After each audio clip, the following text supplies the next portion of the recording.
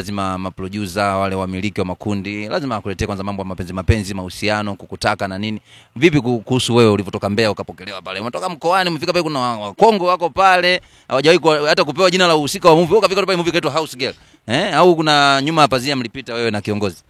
Hapana jamani, yani mimi mwenyewe nasikia. Ila mimi haijanitokea kwa sababu mimi nilifika kwenye Ukweli. Ukweli, unajua sisi sio wetu. Hello everybody. Karibuni ABT Company Limited. Tumewaletea billboard kwa ajili ya matangazo mbalimbali. Billboard hizi zinapatikana barabara ya Chunya mkoani Mbeya na barabara ya Tunduma mkoani Songwe. Kwa mawasiliano zaidi wasiliana nasi kupitia simu namba 0784 172 613, 0623 130 202. Nyote mnakaribishwa. Yes, bwana mpenzi mtazamaji wa ABT Media, kama ilivyo ada, kawaida yetu ni sisi kukutafutia vile ambavyo ulikuwa uvijui ili uweze kuvifahamu. Leo niko na mwanadada mmoja hapa kama unavyomuona. Atajitambulisha yeye ni nani, anafanya shughuli gani, lakini pia kuna vitu ambavyo vimetuleta na vimetufanya sisi tumtafute kuweza kujua ni nini ambacho kinaendelea juu yake. Bwana mambo vipi? Poa. Inakuaje? Safi. Wanakuita Zoo? Ndio. House Girl. Fanya kazi wa ndani. Jamani. Bwana watu wanatamani kujua majina yako halisi. Majina yako halisi unaitwa nani? Naitwa Zuena Duncan. Zuena Duncan. Zoo ilikujaje? Zoo mimi nilikuwa najiita Zule, lakini kulingana na movie ya House Girl watu wengi wakawa wananiita dada, basi nikaunganisha nikapata Dazule. Kwa hiyo watu wengi wananifahamu kama Dazule. Kwa ni Dazuri au Dazu? Dazule. Okay, tuanze hapo. Wewe na sanaa ilikuwaje? Yaani wewe Zoo na sanaa. Mimi sanaa ilikuwa ni ndoto yangu toka muda mrefu kipindi nasoma, kwa sababu nilikuwa napenda sana yale maigizo ya shule. Kwa nilivyomaliza masomo nikaamua kujiunga na vikundi vya mtaani vile kujifunza sanaa. Nilianzia Mbeya, nikafanya sanaa yangu. Mwisho wa siku nikaondoka nikaenda Dar es Salaam. Huko nikaingia kwenye kampuni moja inaitwa Busati TV. Okay. Umesema ulimaliza masomo. Unajua kumaliza masomo bwana, form 6, chuo, form 4, la 7. Ulimaliza masomo elimu gani? Jamani, mimi nilivyomaliza form 4 nilienda chuo, but the way sikumaliza chuo, niliacha utukutu wa shule. Si unajua tena wanafunzi. Kumbe wewe ni mtukutu? Hapana, mimi si mtukutu. Ilikuwaje sasa? Mbona umesema utukutu? Basi tu masomo nilioenda nilikuwa sijayapenda. Ulichagua kitu ambacho hujakipenda? Nilikuchagulia, nilifaulia kitu ambacho sio sikukisoma, ni sikukipenda. Okay, umefanya sanaa ukiwa mkoani Mbeya, lakini pia ukaenda Dar es Salaam, ukafikia kwenye kundi la Busati. Ili kuchukua muda gani kuzoea hali ya kutoka Mbeya, Dar es Salaam, sanaa tofauti na nini? Uliona tofauti gani? Kulikuwa na utofauti kwa sababu Mbeya ni watu ambao tumezoea kufanya sana mazoezi, lakini wao wanaangalia kukaa mbele ya kamera. Kwa hiyo msanii unatakiwa utumie juhudi kubwa sana. Yaani utumie juhudi ili uweze director aweze kuona yes huyu anafaa kwenda kushoot nao, lakini hamna yale mazoezi sana kwamba eti mtu utaendelea kupata uzoefu. Ni tofauti na hivyo. Ni movie gani ambayo ilikuleta mjini, ambayo ilikakutambulisha kwamba huyu sasa ndo Zuri? House Girl. Okay. House Girl ilikuwaje? Wakati director ana arrange au producer wakati ana arrange mipango kazi, ulivyokuwa unaambiwa kwamba utacheza kama House Girl, ulipokeaje? Nilipokea vibaya, tena kwa maumivu na masikitiko makubwa sana. Kwa sababu nilikuwa nawaza why mimi nicheze House Girl. Kwa maana kundi lote lilopo hapo hajaonekana mtu mwingine yote wa kucheza House Girl zaidi yangu. Au kwa sababu nimetokea Mbeya, naonekana ni wa kijijini. Yaani nilikuwa nimewaza vitu vingi sana, nijisikia unyonge. Lakini mwisho wa siku director akaniambia wewe ndio utacheza, utake usitake utafanyaje? Utacheza. Cha msingi umekuja kufanya sanaa kwenye kampuni yangu, utafanya hivyo. Hivi na kwa nini huwa kuna uhusiano gani kati ya msanii ambaye anakuwa hajapenda karakta akipewa na akaambiwa utacheza, anacheza vizuri? Kuna uhusiano gani? Sijajua, lakini unajua usimamizi wa director unakuwa ni mkubwa kwa sababu director anajua kabisa hii karakta huyu mtu nilompa haipendi. Kwa hiyo nisipokuepo au nikilegeza atafanya vibaya. Anakaza, anakusimamia vizuri, ukikosea kati kama za kutosha, cha msingi apate kitu kizuri. Episode ngapi kwenye House Girl ukaanza kupokea kwamba bwana mimi ndo House Girl na mimi ndo nitacheza kwa morali na nitacheza kwa nguvu? Kwanza episode ngapi ukawa umeshajivua ni kwamba okay mimi ndo House Girl? Ya pili tu. Haikuchukua muda kwa sababu ile episode ya kwanza Kwa sababu vile episode ya kwanza ilivyotoka ilitupa majibu haraka sana. Watu walipokea, wakaipenda, director akakaa na sisi, CEO akakaa na sisi, akatuelekeza vitu vingi tukamuelewa. Basi kila mtu akapokea usika wake alopewa. Bwana Mule, umecheza kama mdada mmoja mpole lakini mshamba, mtu fulani wa kijijini, yani sio wa kijijini. Yani ilikuwaje? Uliwezaje kucheza leo yote? Unajua pia ni msanii bwana, ni kilaka anakaa popote, lakini pia ilinisaidia kwa sababu unajua mimi nimetokea Mbeya. Ni vijijini. Siwezi kuongopa kwamba nimetokea mjini au nimezaliwa Dar es Salaam, hapana. Mimi nimetokea Mbeya vijijini. Kwa najua maisha ya vijijini yalivyo. Kwa haikuwa ngumu sana kwangu kucheza hivyo. Okay, tunataka tupate story kidogo kwamba tumesikia kwenye makundi ili upate nafasi lazima maproducer wale wamiliki wa makundi lazima wakuletee kwanza mambo ya mapenzi, mahusiano, kukutaka na nini.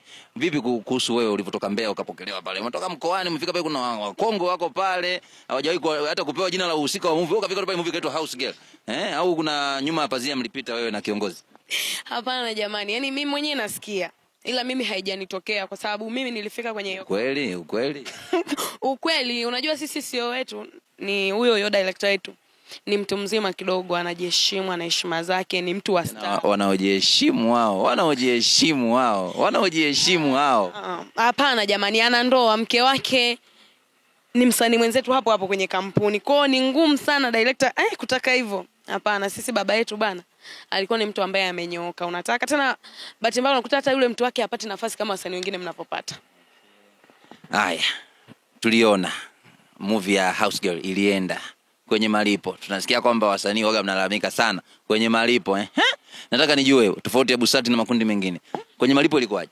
Tofauti ni kubwa sana. Sisi bana, mkurugenzi na uongozi wake alijitahidi sana kwa sababu kila alichokipata kulingana na matunda ya House Girl alilipa hata wale ambao wapo tu kambini hawajashuti, lakini kwa sababu wapo pia walipata.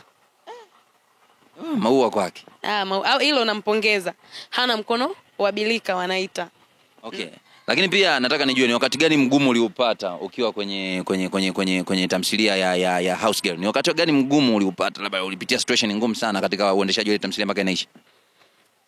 Uendeshaji yani kuna wakati mgumu unaupata ukiacha, kuna zile nyakati ambazo tunasema Mungu ndo anazitaka kuuma. Ukiacha hizo zipo changamoto zingine. Kuna makwazo na wasanii, kukwazika seti, kutoka kuwa nje na out of mood. Yes, out of mood. Yani unakuta labda kiongozi kateleza, unajua binadamu hajakamilika. Kiongozi kateleza, director au DOP kakwambia neno baya, msanii unajisikia vibaya, unaenda unacheza kitu ambacho sio ulitakiwa ucheze kwenye hiyo level. Kwa zipo changamoto za hivyo. Nasikia sasa hivi una production yako.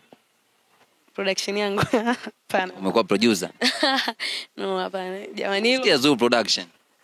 Hilo siwezi kuliongelea sasa hivi. Ila ipo. Sijui. Sijajua. Na nini ambacho kilikufanya ukafungua production yako? Jamani. Nimesema hilo siwezi kuongelea sasa hivi. Okay, kuna au tunamtafuta mwanasheria wako? No, ikifika kipindi cha kujua kama ipo, watu watajua. Kuna nini kinaendelea kati ya wewe na Busati na familia yako ya House Girl? Bado mnafanya kazi kama zamani? Tunafanya kazi kama zamani, japo sasa hivi tu kuna vitu vya kwangu binafsi, maisha yangu binafsi vimeniweka nje kidogo. Ushakuwa star sasa hizo, wakikuita wakuite kwenye scene? No, so wakiniita waniita kwenye scene. I think ni kwamba ni vitu vichache sana ambavyo ni vya kwangu, ni mambo yangu binafsi ya kifamilia tofauti na sanaa. Kwa unajua nje na sanaa kuna maisha. Kuna mambo yangu naweka sawa, yakishakaa sawa tu narudi. Na bado inaendelea msimu wa 5 House Girl. Kwa lazima tu narudi kushoot. Itakuwa na ladha zile? Ladha inakuja ni zaidi ya ile jamani, kwa sababu story ni kali, director anajua kuongoza, mwandishi. Kwa vitu ni vizuri vinavyofuata. Sini yako pendwa, episode ya kwanza, msimu wa kwanza mpaka huo msimu uliofika wa mwisho tunasubiri msimu wa 5. Sini yako pendwa ambayo yani ukikaa unasema hapa kweli nilicheza, ni sini gani? Ni sini ambayo dada Kendi anatafuta dawa ile ampe mume wake. Afu zile dawa mimi nimezitupa. Ananipiga bila kujua, kuniuliza sababu kwa nini nimezitupa. Wanakuja kujua sababu kwamba zime expire. Alikuwa anampa dawa mume wake ambazo zime expire bila yeye kujua. Ndio anakuja kusema anajuta, lakini mwisho wa siku mimi namuona kama ni mwanamke ambaye haelewi anachokifanya. mume wake anatumia dawa ambazo zimeexpire, yeye anazidi kumpa tu. Hiyo ndo sinipendo. Naipenda sana kwa sababu alivyonipiga na kuongea vile, sijui nilipata wapi hisia, nijikuta nimelia. Yaani kama nimebeba ukweli fulani. Okay, by the way, natamani kujua kuna utofauti gani kati ya Zuu mwigizaji na Zuu kwenye maisha ya kawaida? Watu wanaweza kuwa wanajua bayani wewe ni mtu fulani labda namna gani, Nataka nijue, tutawaambia wapenzi watazamaji ambao wanafuatilia ABT Media kwamba tofauti ya Zuu mwigizaji na Zuu wa kawaida. Tofauti ya Zuu mwigizaji, kule kwenye uigizaji kuna sehemu mimi nacharuka, ni mkali, lakini maisha yangu halisia mimi ni mtu mcheshi, napenda kuongea na watu, sio mtu wa malingo. Nadhani mashabiki zangu hilo wanalikubali. Mimi sio mtu wa malingo sana, sio mbinafsi, ni mpole, ila ukinizingua na kuzingua. Mtoto wa mama. Ukizingua tunazinguana. Yeah. Okay, nataka nijue sanaa inazidi kukua, hususan wasanii wa YouTube mnazidi kukua, mnafikia hatua sasa hizi mambo yanakuwa sio mambo lele. Natamani kujua huyu Baba Asma ambaye ni Bicho Production amepeleka series yake kwenye application ya Dunia TV. Wewe unalichukuliaje? Ni vizuri kwa sababu unajua sanaa inakuwa, soko la YouTube linakuwa, na Basma ukiangalia na mashabiki wengi sana wanaofuatilia ile Dunia. Kwa walivyofanya hivyo, kama mashabiki wamelipokea, na sisi kama wasanii wenzake tuna support kwa hilo, kwamba amefanya kitu kizuri ambacho hata maproducer wengine au ma YouTuber wengine wanaweza wakakiiga. Lakini nimesoma baadhi ya comment nyingi zimekuwa zikidisi wakichukizwa na hilo tukio, wakisema kwamba yani tunalipia bando nianze kulipia tena after tu na nini. Sasa sijajua kama inampunguzia value ya kazi au ni afanyaje ili aweze kwenda sawa na mashabiki zake. Yeah, inampunguzia kwa sababu mashabiki wengi wanakuwa bado hawajazoea hicho kitu, ni kigeni. Kwamba alipie bando nini, alipie 3000 ili aende kwenye app kuangalia. Imempunguzia, hata ukiangalia views wake wanapungua. Tofauti na walivyokuwa kiachia ndani ya lisali moja unakuta views ni wengi, tofauti na saizi. Kwa hiyo Basma anatakiwa atumie nguvu nyingi sana na juhudi kuwafanya mashabiki zake wafanyaje na waelewe kitu anachokifanya. Lakini pia nataka niulize swali moja. Hivi ushailoga? Ushailoga? Hapana, sijailoga. Nimesikia sasa wasanii wa YouTube kwa sababu game limekuwa gumu, wasanii kibao, makundi machache, nasikia sasa mnalogana sana. Hizo ni imani tu, lakini mwandishi wa habari, kwa sababu jamani, kwanza nicheke, mimi sijailoga na muamini Mungu wangu. Kumbukumbu zako hujaitumia hata ile cha kujikinga mwenyewe wasikuloge? Hapana bana, si. Kwenye familia yetu sisi bana ni watu tuliolelewa kwenye dini sana. Okay, sawa. Haya, tutajua tu. Mbona tunaenda sasa na bado inaendelea. Okay, natamani kujua mafanikio gani makubwa ambayo uliyapata kupitia sanaa? Kupitia movie unazocheza na nini?